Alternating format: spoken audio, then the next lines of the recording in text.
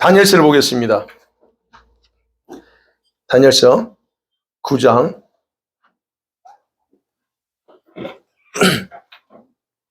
22절부터 27절 25절부터 그냥 볼게요.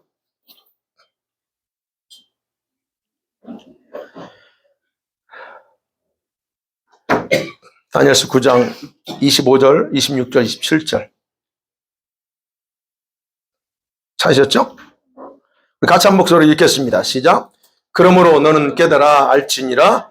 예루살렘을 중건하라는 영이 날 때부터 기름 부음을 받은 자 곧 왕이 일어나기까지 7이레와 62이레가 지날 것이요 그 곤란한 동안에 성이 중건되어 광장과 거리가 세워질 것이며 62이레 후에 기름 부음을 받은 자가 끊어져 없어질 것이며 장차 한 왕의 백성이 와서 그 성읍과 성소를 무너뜨리려니와 그의 마지막은 홍수에 휩쓸림 같을 것이며 또 끝까지 전쟁이 있으리니 황폐할 것이 작정되었느니라.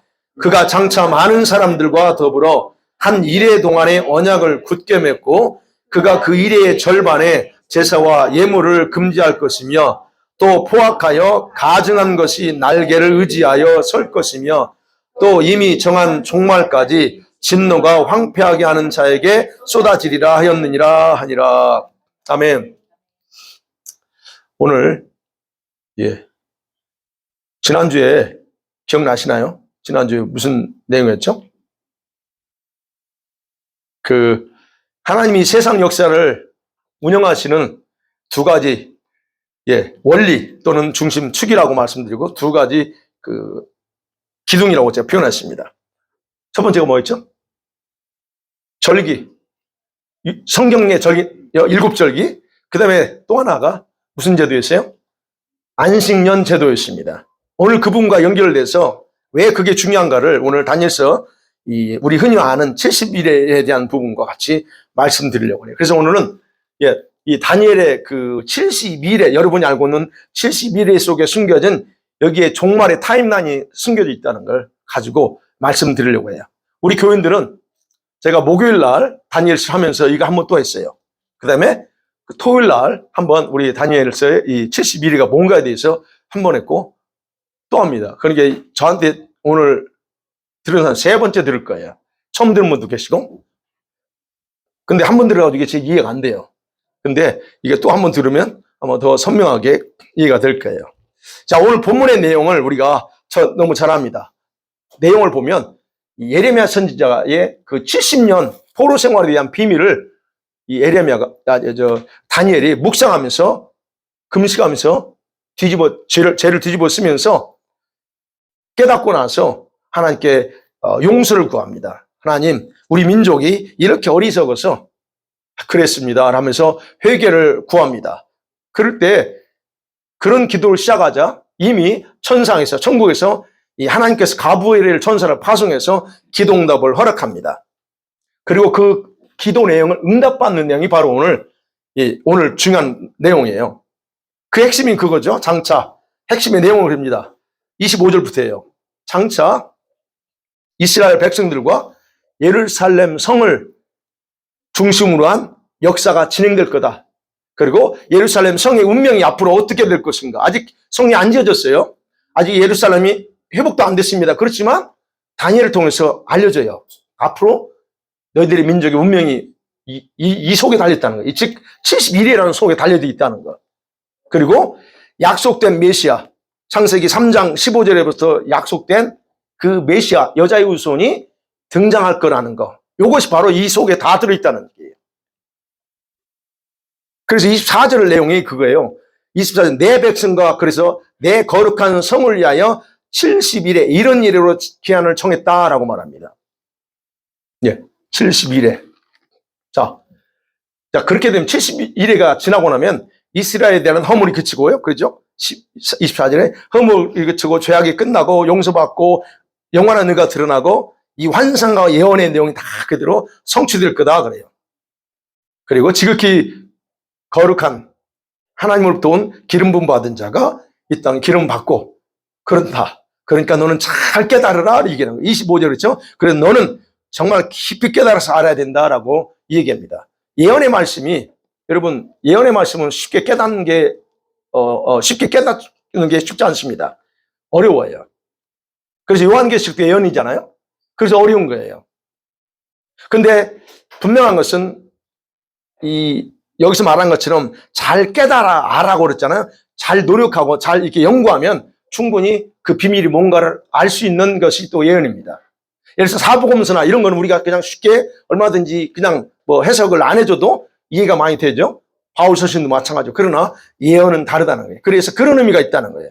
그래서 말합니다. 너 깊이 묵상하고 연구하고 그래서 그걸 깨달아 알아라 라고 얘기하는 겁니다. 그러니까 예루살렘을 회복시켜요.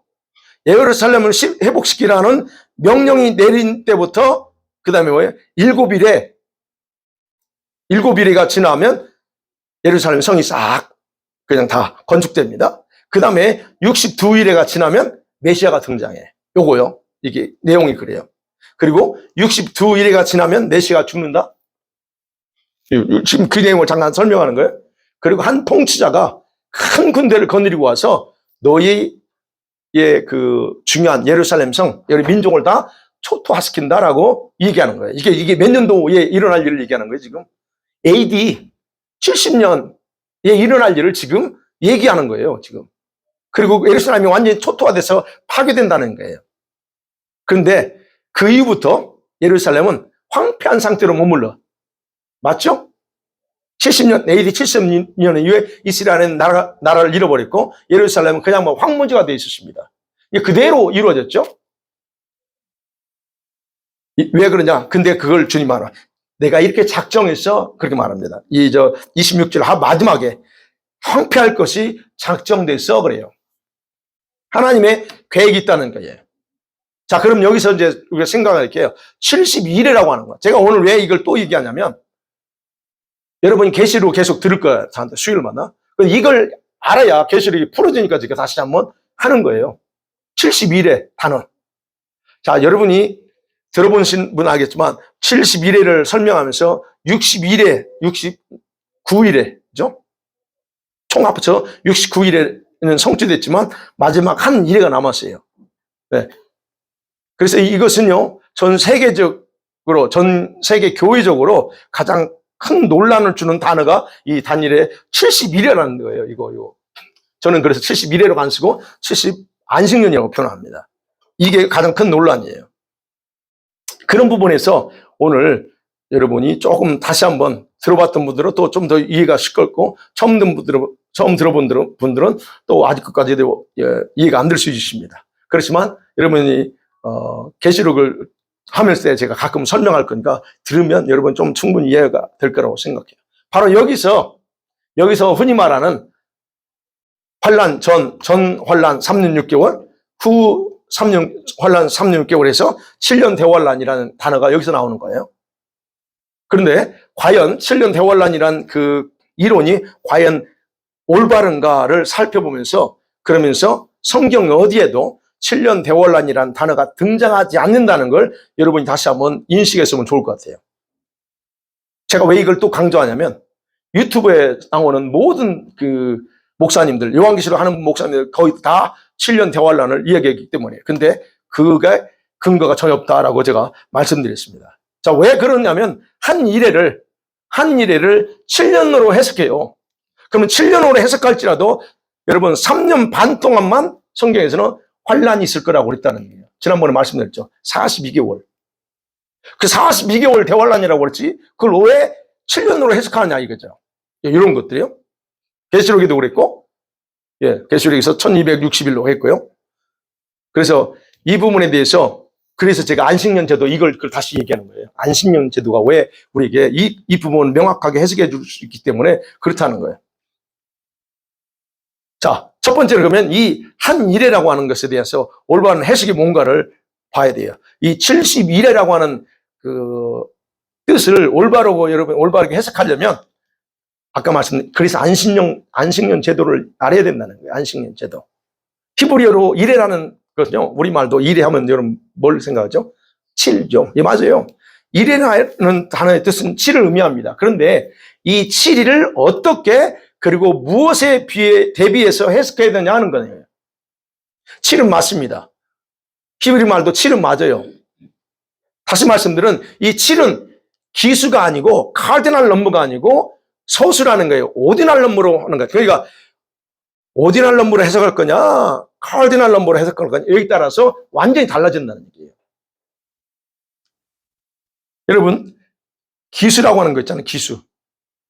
기수라는 단어, 이 기수는 단순히 숫자를 나타내기 때문에 어떤 단어, 뒤에 단어가 붙지 않습니다.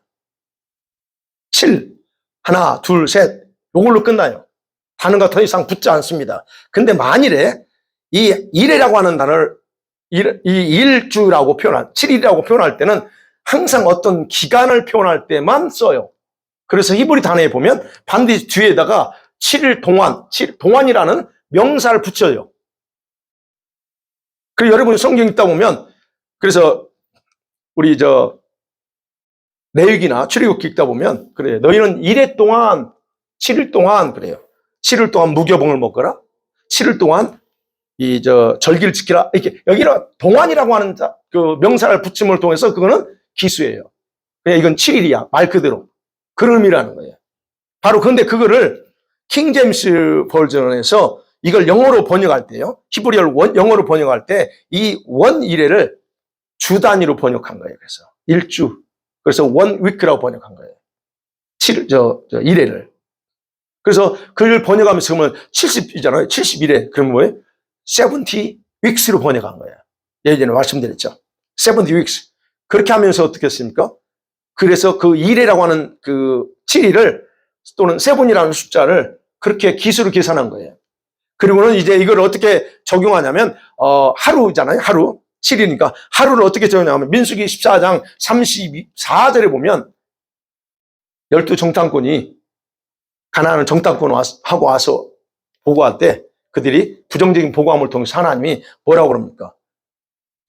진노하죠. 그러면서 너희들 40년 동안 이 광야 생활할 거야, 그래요. 뭐에 근거해서요? 예, 그들이 가나안 땅을 정탐한 기간이 40일이에요. 그래서 하루를 1년으로 쳐요. 그래서 주님이 그렇게 했습니다. 마치 그거를 이렇게 해석하는 분들 역시 마찬가지입니다. 그거에 근거해서 성경에 민수기도 이렇게 있어. 그러니까 요 부분도 그렇게 해석하는 거예요. 그래서 1일을 1년으로 적용하는 겁니다. 그러니까 7년이 나와요. 그러니까 한 1일을 7년으로 보는 거예요. 그러니까 7년 대환란이 그리스 나오는 거고. 그렇기 때문에 마지막 한 일에는 이런 식으로 있다. 이름을 통해서 여러분 이런 지금 현재 대부분 그렇게 나왔어요. 그러나 본문에서 말하는 요거는 여기서 나오는 일회라고 하는 얘기죠. 일회라고 하는 단어는 단위가 있는 게 아니에요. 그 히브리 단어 뒤에 어떤 명사나 이게 없어요. 단위나 기간, 주, 일 또는 월, 연이 안 붙어요. 그게 없는 여러분 히브리말 샤보임이라는 단어예요. 7은 7인데 그냥 숫자를 나타내는 샤보임이 아니고 기수라는 얘기예요. 기수. 기수가 뭐죠? 차례를 세는 수. 첫 번째, 두 번째, 세 번째. 차례를 수는 숫자예요. 그래서 뒤에 한국말로 번째랑 몇 번째, 두 번, 요거 번째라는 게 붙는 단어예요. 그 단어가. 그거를 그렇게 해석해야 된다는 거예요. 그래서 가브리엘 천사가 다니엘에게 그 일이라고 하는 것을 서수, 제가 아까 잘못했네? 서수가 오디널 넘버죠? 예, 서수만큼 계산하는 거예요. 첫 번째, 두 번째, 세 번째, 네 번째, 그래서 7번째, 그렇게 계산하라는 거예요. 알려준 겁니다. 그러면 여러분 70이라는 단어는 시부임입니다. 이 복수예요. 70, 히브리 말로 시부임이에요. 그러면 이걸 왜 70번째로 정했다는 거예요. 어떤 뭘 70번째로 정해요?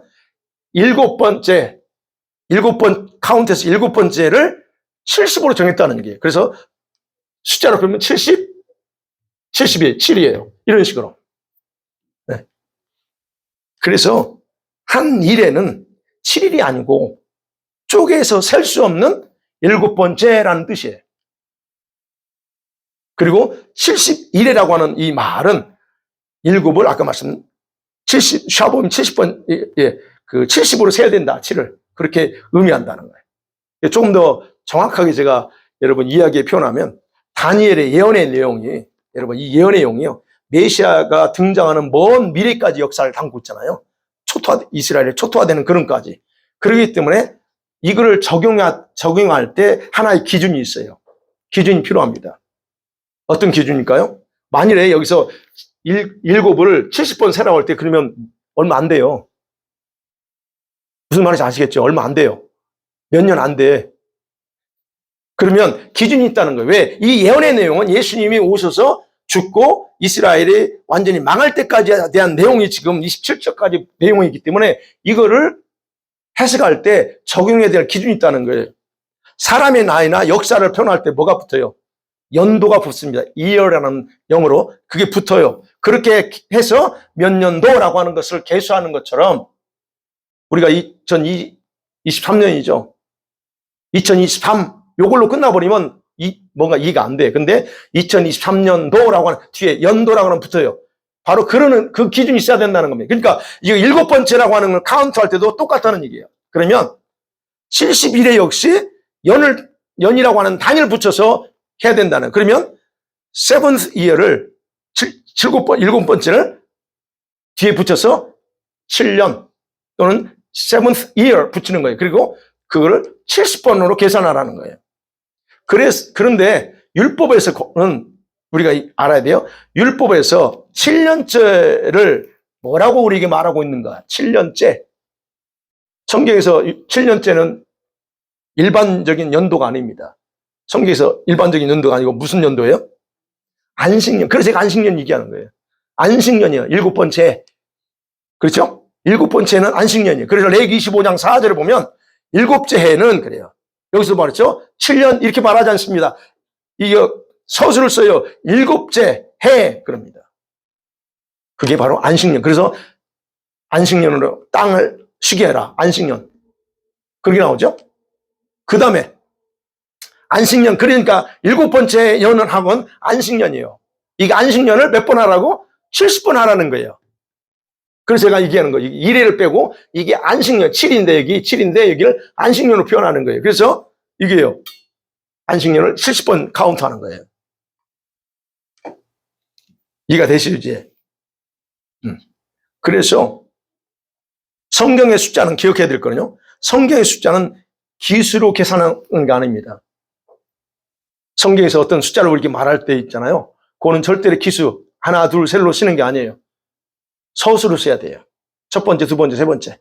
이렇게 카운트하게 돼 있어요. 그래서 70일에는 바로 이거를 이렇게 안식년을 통해서 계수하라는 거예요. 그래서 다니엘한테 너 잘 이해하고 깨달으라는 거예요. 안식년으로 계산하라는 거예요. 네. 그래서 1일을 1년으로 이게 1년이라는 공식 계산법은 그래서 잘못됐다는 거예요. 근데 그게 지금 전 세계적으로 그게 보편화되어 있어요. 제가 이렇게 해석하는 분 딱 한 분 만났어요. 우리 한국 신학 박사하신데 그분이 교수 지금 은퇴하셨는지 모르겠는데 그분이 이 부분에 대해서 짧게 언급하셨어요. 이거는 안식년을 의미한다라고 했었어요. 근데 그걸 이제 최근에 알았어요. 그렇지 않고 나머지 부분들은 다 1년곡씩 해야 되니까 7년 이렇게 했다는 얘기예요. 어찌됐든 가브리엘 천사가 알려준 이 70일이라고 하는 것은 예루살렘 성전 회복과 그리고 다시 오실 메시아를 통한 하나님의 영원한 안식을 작정하신 날이다라고 이렇게 일단 우리가 이해하면 됩니다. 그러면 이제 두 번째로 생각할 게 여기 내용을 볼 때 69일에는 이미 성취됐어요. 그죠? 69일에. 자, 69일은 어떻게 성취되나 봐요? 예수님 통해서 성취됩니다. 아까 말씀드렸죠? 아닥사스다 왕이 여기서 말하는 그 25절에 말하는 예루살렘을 중건하라고 하는 명령이 날 때부터 그렇죠? 기름 부음 받은 자 왕이 일어나기까지 7일에 그다음에 62일에 바로 이겁니다. 아닥사스다가 성을 건축하고 하는 영가 BC 457년이에요. 그래서 여기서 7번 안식년 지나면 몇 년이에요? 49년이에요. 연도로 계산할 때. 그리고 이게 BC 408년입니다. 이 408년에 예루살렘에 완전히 모든 것이 예전처럼 회복됩니다. 그리고 나서 62 안식년이 지나야 된다고 그랬죠? 62일 때부터. 그 연도로 따지면 434년입니다. 지난 때 여기가 어디냐면 AD 26년이에요. 여기가 AD 26년. 이때 예수님 오심을 통해서 성취돼요. 그렇게 됩니다. 그럼 예수님이 언제 등장하는가 우리는 이미 다니엘서를 통해서도 알 수 있어요. 그러면 여러분 예루살렘 성전을 중심으로 안식년을 계산할 때 언제 예수님이 언제 와야 돼? 그럼 공식적으로 언제 등장해요? 예수님이 태어난 때가 언제쯤 보통 학자들이 말해요? BC 여기 할 때 BC 몇 년이죠? 4년 또는 5년, 6년 정확한 거 모릅니다. 그러나 대략 6년에서 4년 사이라고 그래요. 6년에서 4년. 그러면 이때 예수님이 태어났습니다. 그러나 아직 다니엘의 이건 완성이 안 됐어요. 62 안식년이 아직 안 됐어요. 그러면 예수님이 공생애를 시작하실 때가 바로 이 안식년이 시작되기 전 3년 전에, 여기 3년 전에 예수님이 공생애를 시작한 거예요. 그러면 이때 나이가 보통 예수님의 나이가 30으로 보잖아요. 30세쯤 됐더라. 그러면 여기를 몇 년도에 등장하실까 하는 거예요. 그럼 예수님이 33세에 죽으셨다고 할 때, 그러면 BC 몇 년 계산해야 돼요? 5, 6년 봐야 돼요. 여러분 따로 계산하세요. 그래, 이때 예수님 등장하시고, 그러고 나서 공생을 시작했다는 거예요. 그러면서 예수님께 복음을 전하고 성전도 정화시킵니다. 그러고 나서 예수님이 언제 죽음당해요?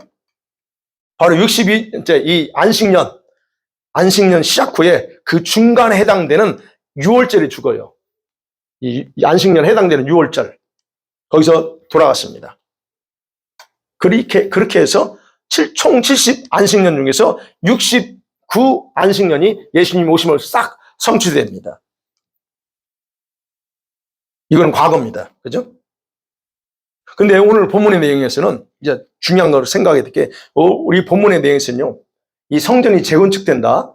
그러면서 예수님이 죽어 메시아가 와서 죽는다. 그리고 예루살렘 성전, 그 이스라엘이 완전히 초토화돼서 황무지가 된다라고까지만 예언합니다. 그 다음 더 이상 얘기 안 하고, 그 다음에 또 하나, 예수님 부활에 대해서 언급이 없어요. 예전에 말씀드렸죠. 예수님의 부활의 언급이 없습니다. 그냥 죽어. 생각해보죠. 아니, 왜 예수님이 부활을 언급 안 했을까? 안 한 이유가 있어요, 물론. 그렇다면 우리가 생각해야 될게요. 이 부분을 생각할 때, 이 다니엘의 70 안식년은요, 뭘 중심으로 계산해요? 예루살렘 성전을 중심으로 계산하는 거예요. 그러니까 아까 그랬죠. 시작할 때 예루살렘 성전, 여기서부터 시작되는 거예요. 안식년 때. 일이 시작돼서 성전 중심으로 카운트돼요. 그러니까 마지막 69년도 역시 성전도 그 이후에 파괴되는 것도 그 성전과 관련돼 있다는 거예요. 그리고 이 70 안식년이라고 하는 것은 철저하게 지금 우리 기독교의 관점이 아니에요. 유대교적인 유대인의 관점에서 이해해야 된다는 얘기예요. 그래서 이 70일이라고 하는 해석하고 이거를 어떻게 이해하냐. 유대인들이 여기서 여러분 받아들일 수 없는 부분이 있었어요. 아까 말씀드린. 분명히 이 성전은 유대인의 성전과 관련돼 있고 그런 부분에서 굉장히 자기들에게 중요한 것입니다. 그런데 그들은 여기서 예수님의 이 부분에 대해서 받아들일 수 없었던 부분이 기름 부음 받은 자는 절대 죽어서는 안 된다는 의식을 가지고 있어요. 메시아가 죽으면 안 돼요. 그러니까 여기서 보면 기름 부음 받으니까 죽어요. 그죠? 여기 좀 29절에 보면 28절 그다음에 28절 25절 26절 거기서 끊어져. 메시아가 왔어. 그런데 그 끊어진데 그럼 죽는다는 얘기예요. 그들이 받아들일 수 없는 겁니다. 아니 어떻게 메시아가 죽어? 그러니까 여기서 이 사람들이 놓친 거예요. 그리고 왜 하나님께서 그런 예루살렘 성전, 그 중요한 예루살렘 성전을 완전히 파괴하고 황폐하도록 작정했을까 하는 거예요. 왜? 왜냐하면 기름 부음 받은 자이신 예수께서 참 성전으로 오셨기 때문에 더 이상 이 성전은 있어서는 안 돼요. 그래서 파괴하는 거예요. 그래서 예수님께서 요한복음 2장 19절 보면 성전에 들어가서 성전을 다 장사 소굴로 만들었다면 다 뒤엎으면서 그렇잖아요. 그러면서 하신 말씀이 뭐예요? 이 성전 다 알아. 내가 3일 만에 지을 거야. 얘기합니다. 3일 만에 어떻게 지어요? 못 짓죠. 근데 예수님이 지금 3일 만에 짓겠대요. 그 뭘 의미한다고 그래요? 이 부분에 대해서 사도 요한이 21절에 보면 요한은 뭐라고 하냐면 예수님의 그런 행동을 뭐라고 표현해요? 예수님은 성전된 자기 육체를 가리켜 말씀하십니다. 그렇게 해석합니다. 그러면 보세요. 예수님이 오심을 통해서 성전의 개념이 바뀌는 거예요. 유대인들은 여전히 눈에 보이는 지금 그런 성전을 생각하고 있지만 예수님이 오셔서 그게 아닌지 그 성전의 개념이 바뀝니다. 자신이 살아있는 성전으로 왔어요. 바뀌어요. 그러니까 이 성전이 그대로 있으면 안 돼요. 왜? 이들은 여전히 그 성전에서 예배하면서 제사하면서 메시아를 계속 기다릴 거라고. 그러니까 여러분 하나님께서 그래서 완전히 파괴해버린 겁니다. 왜요? 이제 참 성전이신 그분이 살아있는 존재가 돼 있어요. 이거는 다시 파괴하고 직구할 필요 없어요. 그분이 진짜 오셨으니까. 진짜 성전이 오셨으니까. 그러니까 여러분 예수님께서 이 성전의 개념이 이제는 눈에 보이는 것이 아니고 보이지 않는 삼성전에 오신 예수님께서 성전을 새롭게 건축한 거예요. 어디에다가? 우리 이제 각자 각 속에 하나님의 성전을 지은 겁니다. 그게 저와 여러분이 성전이라고 표현하잖아요. 맞죠? 바로 그 개념으로 주님이 오셨다는 거예요. 그래서 그때 당시 헤롯 선생이죠. 그 성전은 계속 존속해서는 안 돼. 그래서 어쨌든 70년에 완전히 파괴해버립니다. 물론 그 파괴한 것이 주님이 작정하셨지만 그거는 그들의 죄악의 결과로 한 겁니다. 그래서 완전히 파괴되면서 성전 사라지고 그러면서 이제 69 이 안식년 완전히 다 성취됩니다. 그러면 우리가 생각했죠. 왜 하나님은 이 마지막 한 안식년을 남겨놓았을까 하는 거예요. 아직 한 안식년이 남았어요. 69일까지 딱 나왔죠. 근데 이 마지막 그랬죠. 27절에 그가 장차 많은 사람들과 더불어 한 일해 동안 한 일해 동안의 언약을 굳게 맺고 그가 일의 절반의 제사를 금지한다 그래요. 왜 한 일의 마지막 한 안식년을 남겨놨을까 하는 거예요. 여러분 다니엘에게 계시한 이 70 안식년 내용 속에는요. 단순히 물리적인 의미의 안식년만이 아니라 의미가 아니라 영적인 의미까지 다 포함되어 있어요. 그래서 여기는 우리는 영적인 의미니까 뭔가를 파악해야 된다는 거예요. 그럼 영적인 의미로서 성전 이것을 우리가 이해해야 돼요. 그리고 그 예언 속에는 이중적인 의미가 있습니다. 여러분 예언의 말씀은 계시록도 그렇고 이 예언의 말씀들은 이중적인 의미가 담겨 있어요. 그러면서 동시에 이중적인 해석이 적용돼야 돼요. 꼭 하나만 이렇게 하면 안 됩니다. 영적인 의미하고 실제로 물리적인 의미로 해석을 해야 된다는 얘기예요. 네, 문자적인 의미로 그대로 해석하고 하는 것과 예언 속에 담겨진 영적인 의미를 해석하는 거 이게 이중적인 의미라는 해석이라는 거예요. 그런데 유대인들이요. 다니엘서 이걸 읽을 때에 바로 기름 부음 받은 자가 그 받은 메시아가 등장하고 죽는다. 그리고 자기들의 성전이 파괴될 거라는 부분에 대해서 여기서 영적인 지식을 깨닫지 못한 거예요. 왜요? 여기 아까 말씀드렸죠. 메시아가 죽는데 이게 이해가 안 되는 거예요. 그래서 이스라엘 사람들은 여전히 지금도 이사야 53장을 그들은 찢어버립니다. 이사야 53장 그들 성경 없어요. 이사야 53장이 무슨 장이에요? 고난장이요. 메시아가 고난당하고 메시아가 도살장을 끌려가는 양처럼 질질 끌려가. 이건 그들을 상상할 수 없는 거예요. 메시아는. 그리고 이사야 53장 그거를 걔네들은 한마디로 이게 금서예요. 이거는 우리만 가지고 있어요. 물론 그 학자들은 그거 있지만 그걸 비밀로 안 합니다. 그게 바로 자기들이 생각하는 메시아는 그런 메시아가 아니에요. 절대. 네. 그래서 지금도 여전히 그들이 메시아를 받아들이지 않는 거예요. 예수가 그 어떻게 죽은 자가 어떻게 메시아 될 수 있냐는 거죠.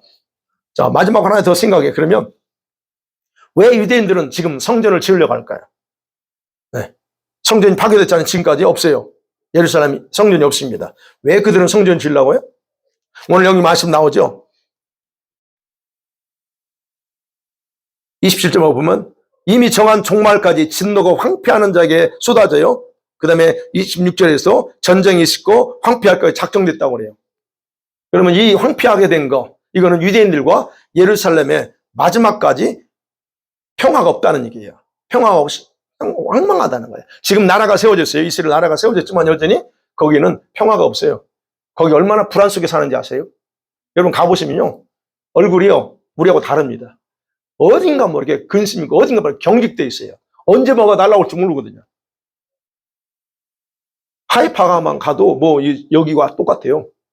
그 기준을 미국의 그 어디라고 하더라? 시카고였나? 무슨 거기를 기준으로 해서 그 이스라엘 한 지역을 그 대도시를 했어요.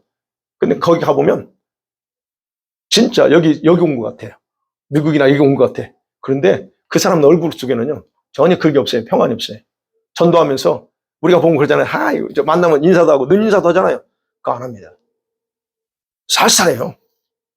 진짜. 전도하러 가요. 그러니까 어떻게 해요? 전도하는 걸 그들은 못하게 하니까 그냥 그 집 우리 우편함 있죠. 거기다 전도지 놓는 거야. 네. 방법밖에 없어요. 그리고 이 몰 같은 데 봐도 그냥 쎄해요. 우리 한국 사람도 그런 그 부분이 있죠. 근데 그들의 얼굴은 더 아주 경직돼 있어요. 평안이 없다는 거예요. 거기 살지만 평안이 없다는 거예요. 왜? 지금 이거예요. 황폐 상태 계속 가. 그래서 여러분, 성경에서 안식년은 그 이유로 여전히, 그러면 이제 제가 말씀드리고 하는, 이 예루살렘 성령이 없어졌어요. 그러면 성경에서 말하는 이 안식년, 여기서부터 시작되는, 여기 계산되는 안식년은 여러분, 여전히 지속됩니다. 여전히 지속되고 역사의 흐름 속에서 계속적으로 흘러왔습니다. 이스라엘 민족 현재 탄생했어요. 제사는 못합니다. 성전도 없고. 그렇기 때문에 마지막 남아있는 한 안식년이 남아있는 거예요. 이 성전이 있어야 돼요, 이들은. 이 성전이 있어야만이 마지막 한 안식년을 완성하는 거예요. 그래서 성전이 재건되면 이들은 여기서 잽싸게 제사를 드리려고 준비하고 있는 거예요. 그러면 우리가 기억해야 될 거예요. 그러면 안식년은 계속 카운트 되고 있는데, 아니 지금 올해가 안식년, 작년이 안식년이었어요. 22년도. 이게 안식년이 이때부터 계산할 때 354번째 안식년이에요. 작년이었어요. 안식년에. 그러면 아니 70번째 안식년이면 26년 다음에 안식년이어야 되잖아요. 그러면 33년. 근데 마지막 하나 남았어요. 이걸 카운트가 안 돼요. 카운트를 못 한다는 겁니다. 왜요? 예수님이 성전 예수님 오심을 통해서, 그 다음에 성전이 다 파괴됨을 통해서 더 이상 카운트할 수 없는 거예요. 지로야. 안식년은, 안식년은 계속 되지만, 그걸 산수로 계산해서 0 곱하기 7은 뭐예요? 7이요. 지로입니다. 그러니까 카운트할 수 없는 거예요. 이들은 계속할 수 없기 때문에 계속 그냥 세상 역사에서만, 이게, 유대인들의 역사 속에서만 354번째 안식년. 근데 우리 이게 지금 주님이 계산하는 70번째 안식년이 할 수가 없는 거예요. 예. 그래서 성전을 그 사람들은 성전을 무슨 수단 방법 가리지 않고 성전을 지어야 되는 이유가 거기 있는 겁니다. 그래서 여러분, 유대인들에게는 아직까지도 이 9장 27절 이 말씀 지금도 여전히 진행 중이에요. 예. 그리고 완전히 파괴된 성전을 다시 재건하려고 몸부림치는 이유가 이것 때문에 그래요. 이거. 그러면 과연 여러분 다니엘의 예언처럼 마지막 한 안식년은 언제 성취될까 하는 겁니다. 이 부분까지 우리가 생각해야죠. 언제 성취될까? 이게 바로 우리 성도들의 중요한 관심입니다. 도대체 언제 될까? 다른 분들은 모르지만 아마 저한테 들은 분들은, 아니면 저는 이곳에 굉장히 관심 많은 사람입니다. 이게 도대체 언제 마지막 이 70번째 안식년이 성취될까 하는 거. 이건 저한테 관심이에요. 왜냐하면 요한계시를 연구하면서 이게 직접적으로 연결되어 있으니까. 예수님의 재림과도 연결되어 있거든요. 이게. 그래서 관심이 많아요, 저는. 여러분, 데살로니가 전서 2장 3절에 있잖아요. 불법의 아들, 멸망의 아들이 나타나서 어디 앉아요? 하나님의 성전에 앉아가지고 자기가 하나님이라고 클레임할 거라고 나오잖아요. 그렇다면 성전이 언젠가는 지어져야 된다는 얘기예요. 예. 그러면 바로 그걸 알면 예수님이 언제 재림할까 하는 거예요. 그러니까 바로 이거는 70번째 안식년은 예수님의 재림과 연결되어 있고 적그리스도 등장과도 다 연결되는, 그래서 제가 이거 표현한 겁니다. 지금 우리가 지금 이때 살고 2024년 살고 있습니다. 작년도가 이 안식년이었어요. 그 다음에 새로운 카운트가 시작됩니다. 우리 카운트 아니에요. 성경에서 말하는 카운트예요. 1년 시작됐어요. 2년, 이게 24년 9월에서 또는 23년 9월에서 24년 9월까지 2년째예요. 이게 카운트 되는 겁니다. 이게 성경에서 말하는 이 안식년 안식년 연도 카운트예요. 그러면 이게 가요. 그럼 우리가 지금 언제 살고 있느냐 이거예요. 제가 강조하는 계시록 1장, 6장의 첫 번째 인에서 네 번째 인이 계속 진행 중에 있는 거예요, 여기가. 그게 어느 사이에 이게 완료될까 하는 것은 25년 뒤에 완료될지 이게요. 재앙들이 끝날지 그건 아무도 모릅니다. 그러나 지금은 진행 중이라는 거예요. 그러고 나서 우리가 생각해야 될 게 이겁니다. 이거 봐야 될게요. 이거. 아유. 가려지니까, 여기. 봐야 돼요. 우리가 26년, 여기가 이제 중심이에요. 왜냐면 3년 반이에요. 1, 2, 3. 이 3년, 2 사이, 3년 반. 7년으로 따질 때 3년 반이에요. 그러면 이때 요한계시록 11장에서 두 증인이 증거 나옵니다. 두 증인이 며칠 동안 활동하죠? 1260일 동안 이스라엘에서 활동합니다. 복음 전에요. 그래서 이때가 이 타임라인, 그래서 타임라인이라고 표현했는데 이 안에 어떤 일들이 이스라엘에서 일어나는 거예요. 이스라엘에서 활동한다는 거예요. 그러면 예루살렘 성전이 언제 건축되냐? 이 다니엘서 이게 근거에 볼 때 요거요. 이때 연도로 따지면 뭐 이 시작을 언제 할지 그건 정확히 모르지만 이때쯤 성전이 완공되는 거예요. 제가 이 타임라인을 볼 때 그렇다는 겁니다. 그 다음에 지난번에 봤던 여섯 번째 인 있잖아요. 진노의 큰 진노자 안에서 우리를 좀 숨겨주라 하면서 큰 산 바위를 향해서 외쳤던 그게 여섯 번째 인이 언제 떨어질까? 이때 이제 진행이 된다고 봐야 돼요. 그런 어떤 그것을 타임라인을 제가 말씀드리기 오늘 제가 오늘 쓴 거예요. 네. 그러면 여러분 아까 말씀드렸잖아요. 안식년이 그래서 우리가 알아야 되고 중요하다. 그러면 하나님은요, 아까 있죠? 하나님은 자신의 구속의 역사를 어디에다 숨겼어요? 7 절기에다 숨겨놓고 비밀을 거기다 담아놓고 그 다음에 그 속에 모든 일정을 계시해 놓았다는 거예요. 일정. 그래서 여러분 이 성경의 절기 7 절기를 보면 예수님의 초림과 재림을 풀 수 있는 열쇠예요. 절기가. 그 다음에 예수님의 재림과 관련된 증인은 성경 달력으로 무슨 절기라고 그러세요? 성경 달력으로 7월달 또는 우리 달력으로는 9월달 무슨 절기예요? 나팔절기. 여기에요. 이때 나팔절기가 매일 돌아오죠. 그렇지만 이때가 그런 어떤 기간이 될 수 있다는 거예요. 저는 그런 면에서 여러분과 제가 여러분에게 이제 제가 연구한 걸 말씀드리는 거예요. 어찌됐든 주님이 초림과 그 다음에 죽으심과 성령 강림 사건까지 4번 절기가 다 이 절기에서 다 완성되어 있어요. 그러면 나머지 성취돼야 될 게 나팔절과 대속절과 장막절이에요. 이건 예수님의 재림과 관련됐다는 거예요. 그러면 분명히 예수님의 재림도 이거는 재림과 관련됐기 때문에 이 기간, 이 시즌에 주님이 재림은 정해져 있다는 거예요. 근데 그게 언제일지는 모르지만. 근데 언제일지를 알 수 있는 부분이 뭐냐? 바로 이 안식년, 지금 70일 마지막 남아있는 마지막 70번째 안식년이 언제인가를 알면 그것을 정확하게 파악이 된다는 거예요. 그래서 예수님의 재림의 날은 아무 때는 아니고 이 나팔절기에 속한 어느 날이에요. 그리고 우리 달력으로 보면 9월에서 10월이에요. 이렇게 얘기한다고 해서 이단이나 할 필요는 없고 저는 그냥 어느 날이라고 그랬지 뭐 며칠 얘기한 게 아니에요. 왜? 이 절기를 알면 그 절기 기간이 왜 우리 태양력으로 바뀌거든. 매 연도마다 바뀌어요. 어떤 데는 작년엔 9월 26일인가 이 나팔절이었어요. 근데 어떤 데는 10월로 넘어갑니다. 그러니까 제가 말했어요. 9월 아니면 10월 어느 날 이렇게 되는 겁니다. 근데 그게 언제쯤일까? 이에 대한 열쇠가 바로 이 안식년이라는 거예요. 그래서 이 안식년이 너무 중요하겠다고 이런 겁니다. 네. 그러면 이 안식년의 근거에서 예루살렘 성전도 건축되는 겁니다. 예, 마지막 성전. 그 열쇠가 바로 오늘 이 27절에 나오는 거예요. 한 안식년 그 속에 있다. 예. 그럼 여기 이걸 보면 그래서 내가 얘기한 거예요.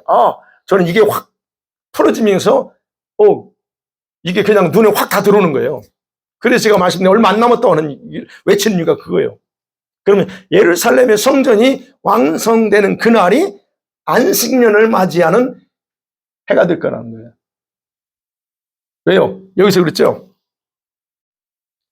27절에 그가 장차 많은 사람들과 더불어 한 일해 동안, 한 일해요. 한 안식년 여기서 한 안식년 동안 언약을 굳게 맺어요. 그리고 그 일의 절반에 제사와 예물을 금지해요. 어떤 자가 등장해서, 이게 바로 적그리스도입니다. 적그리스도가 등장해서 평화조약을 맺어요. 예. 그러니까 언제 맺어요? 저 안식년이 시작되는 어떤 시점에 맺는 거예요. 그러고 나서 안식년 중간하면 우리 달력으로 2, 3월이에요. 2, 3월 또는 뭐 3, 4월 이 사이에 어느 시점에 가서 얘가 돌변하는 거예요. 그러니까 여러분과 제가 기억해야 될 거는 한 안식년, 이건 오직 여기서 보면 이스라엘과만 누가 평화조약 맺는 게 아니에요.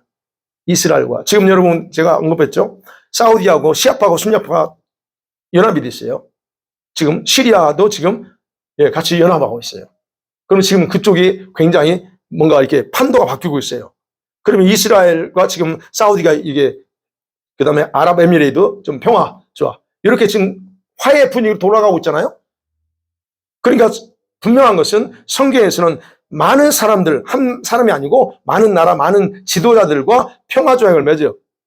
그럼을 통해서 이제 어느 순간에 성전을 건축하는 데 있어서 이제 합의를 볼 수 있다는 얘기예요. 그러면 그 성전이 건축되기 시작해서 완공되는 날까지 보면 저 중동에 세계적인 완전한 평화가 온 것처럼 될 거라는 거예요. 왜? 서로 평화조약을 했기 때문에. 더 이상 팔레스타인 싸움박질 하지 않을 겁니다. 바로 이 평화조약을 맺는 그 해가 안식년 이전 이때쯤이 될 거라는 거예요.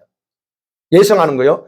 그 다음에 성전이 성전 짓자에서 지어라고 해서 이때쯤이고, 그리고 성전이 완공되면 어디예요? 바로 이 안식년 시작이 되는 이 어느 시점이 될 거라는 거예요.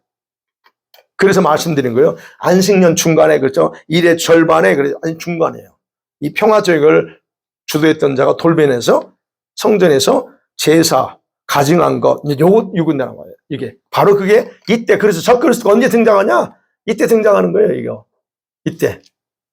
그럼 제가 생각하는 그 연도로 따져볼 때는 제가 예측하는 거예요. 70번째 안식년은 이때일 가능성이 매우 크다라고 저는 보는 겁니다.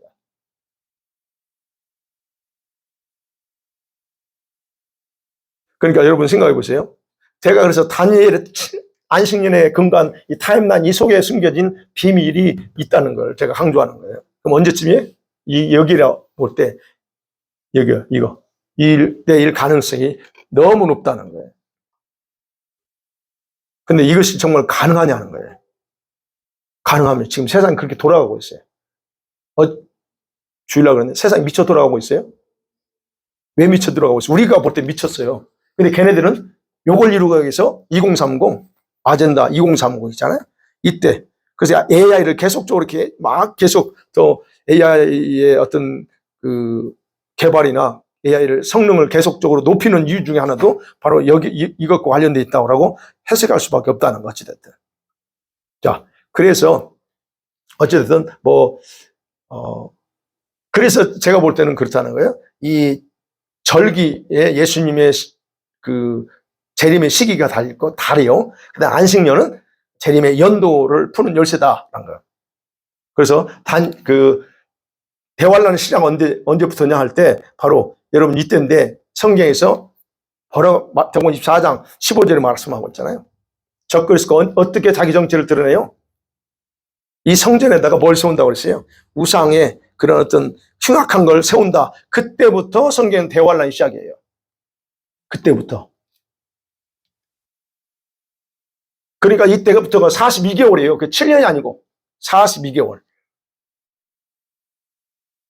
자, 그래서 우리가 이제 이 부분에서 우리의 관심이에요. 그렇지만 이제 여러분과 제가 기억해야 될 것은 적어도 이건 제가 깨닫는 부분이니까 저는 이걸 어떻게 받아들이시면 되냐면, 예수 생명교회 목사는 이렇게 얘기하는구나. 그렇게 받아들이면 돼요. 이건 제가 그 계시록을 해석하고 다니엘서 연구하면서 알게 된 거니까 이건 저의 해석이에요. 그럼 다른 분이 이렇게 해석하니까 그분들은 또 그렇게 받아들이시면 돼요.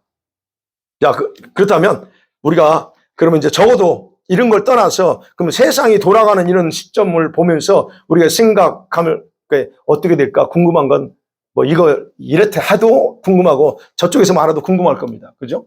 이게 도대체 어떻게 나와야 돼? 제가 하나 얘기할 수 있는 것은 바로 절기와 안식년 속에 다 있다. 네.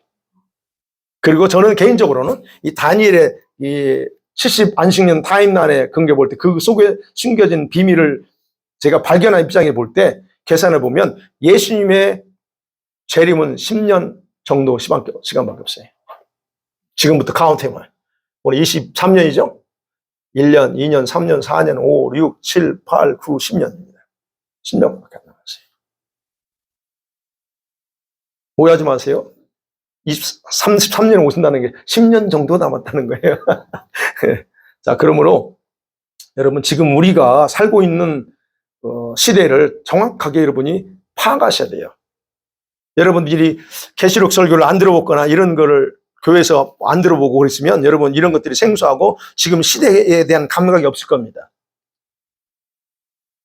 여러분 지금 어느 시대인지. 그러나 조금 이게 그런 부분에 관심 있게 보면 지금 시대가 너무 급하다는 걸, 이건 피부로 느껴요. 저는 그래서 피부로 느낀다는 거예요. 그리고 지금 세상에서 일어나고 있는 다양한 국제적인 사건들은 우연히 지금 일어나고 있지 않습니다. 요거를 지금 성취하는 거예요. 이 계시록 6장의 이 네 번째 인의 까지의 그런 재앙이 지금 성취돼 가는 과정에서 나오는 일들 중에 하나라는 거예요. 그렇기 때문에 이럴 때 그럼 우리가 어떻게 될까? 우리는 간단해요, 여러분. 시기적 얼마 안 남았다는 건 분명히 인식하셔야 되고, 그러면서 우리는 내 신앙을 점검하셔야 됩니다. 여러분 이때 오든 저때 오든 중요한 것은 우리 포인트는 뭡니까? 그분이 오실 때 내가 설 수 있느냐는 거예요. 그거죠? 예, 그겁니다. 그러니까 저와 여러분 신앙을 점검해야 되고, 주님 맞이할 신랑이라고 그분 우리가 말씀하는 그 예수님 오신다 하면 이때 오시든 저때 오시든 만약에 오신다면 그 신랑을 맞이할 기름 준비하고 있는지, 내가 등을 준비하고 있는지 여러분 살펴주셔야 된다는 거예요. 그만큼 시간이 많지 않다는 것만 여러분이 기억하시고, 그러면서 여러분 상태를 돌아보면서 여러분이 좀 한 가지만 급하구나 라는 인식 가지고 살았으면 좋겠습니다. 아멘. 이 시간에 이제 말씀 생각하면서 기도해야죠.